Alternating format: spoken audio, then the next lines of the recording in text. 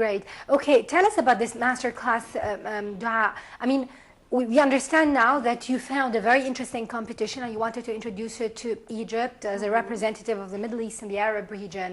And the process started, like spreading out the word, and people started to come in. What were the next stages up until it led to this master class, the intensive class that they got? Actually, you started, as you said, by promoting the competition and then running the rounds.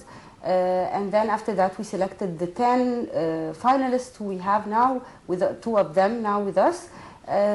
We had after that the master class, which was the idea of the master class was simply to enhance their capabilities in interviewing skills, in presentation skills, to train them how to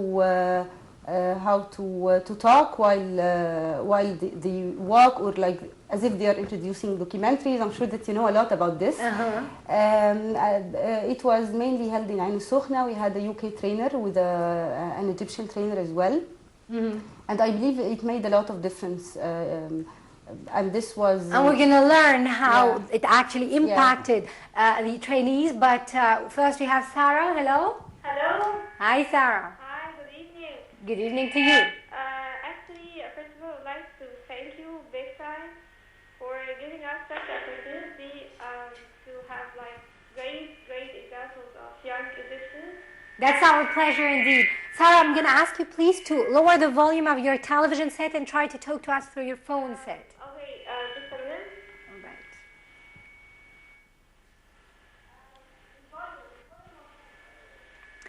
Okay, I'm sorry. Actually, I'd like to welcome the guests, all of them, Doaa, Mohammad and Hazem. I'm very proud of you all, and I'd like to congratulate you all for passing the finals, and congratulate all the participants. All the contestants were really brilliant, and they all gave wonderful presentations. Sarah, are you a student? What? Are you a student? No, I'm a graduate actually. You're a graduate. Have you thought about entering such competitions? Actually, after yesterday, yes. After you attended the ceremony?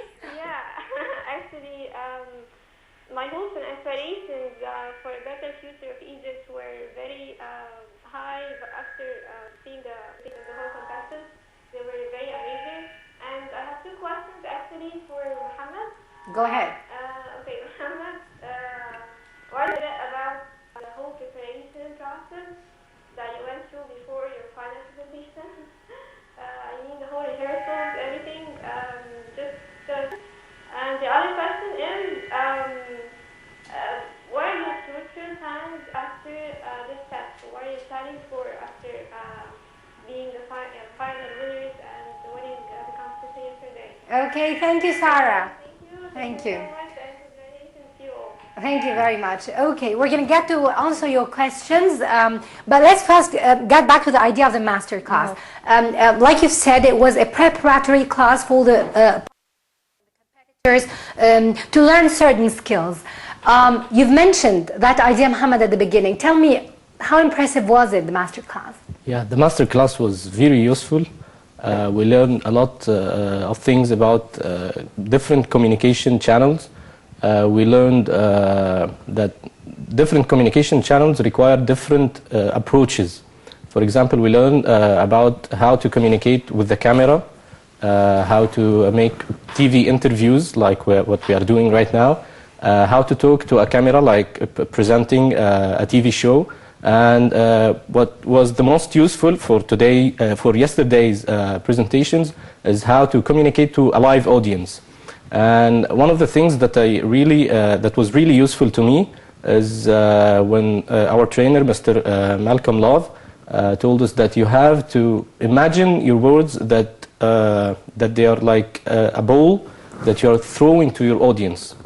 You have to carefully select your words that they will touch your audience gently, and that you don't, for example, select difficult words that they will just fly. End up like explosives. Yeah, fly over their heads. Yeah. All right. What was your impression, Hazem? Of course, there was the part about the training, and that was extremely enriching because some of the things that I've learned about we were doing naturally, but when you learn them within a structure and you learn how to use them, this makes you more confident. And give us an example. Well, for example, the preparation for a talk. Mr. Malcolm Love gave us a very good idea or a very good tip about preparing for talks.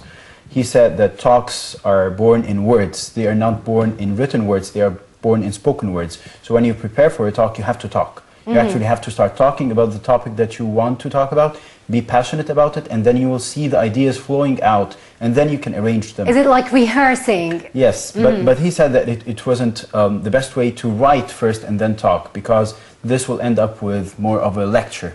So that was a very good point. I used to do that and I thought I was wrong, but when he explained that this is actually useful, I thought it was very nice. So these are very nice 2 tips you've mentioned. What other interesting things you've actually reached from the training? One more interesting thing was about choosing the topic itself. He again told us, Mr. Malcolm Love, that you have to choose a topic that you're fascinated about. But not only that, because you can be fascinated about something that people do not care about. Then you have to ask yourself the question, if I'm going to tell people about this, what does this mean for them?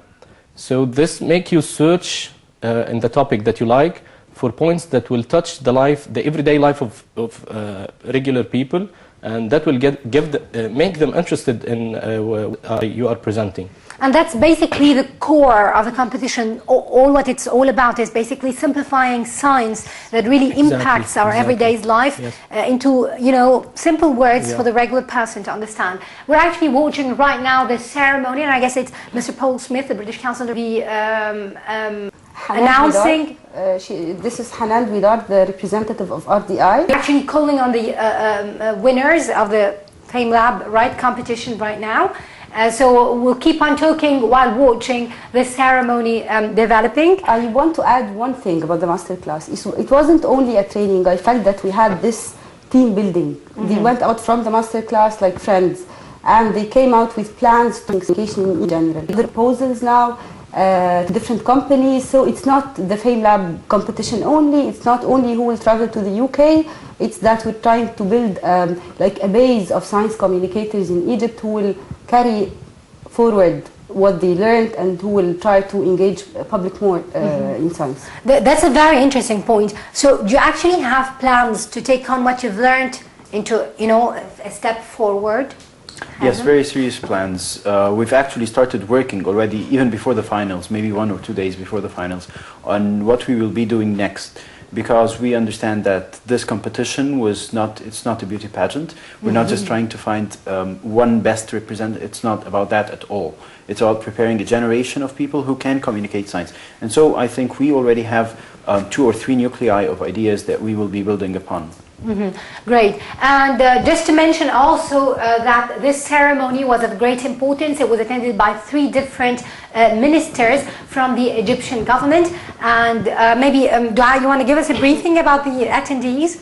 Yes, we have Her Excellency, the Minister of International Cooperation on the jury panel. Dr. Hafez. Yes, and we have among the attendees Dr. Hani Hilal, the Minister of Higher Education and Scientific Research, and Dr. Ahmed Zaki Badr, the Minister of Education. And we can see also artists and actresses participating in the panel. We have on the panel Hind Sabri. We had also Dr. Abdelhamid Al-Zuhairi, the coordinator of RDI project, and Dr. Nadia Al-Awadi, the president of the World Federation of Science Journalists. So we have someone representing communication.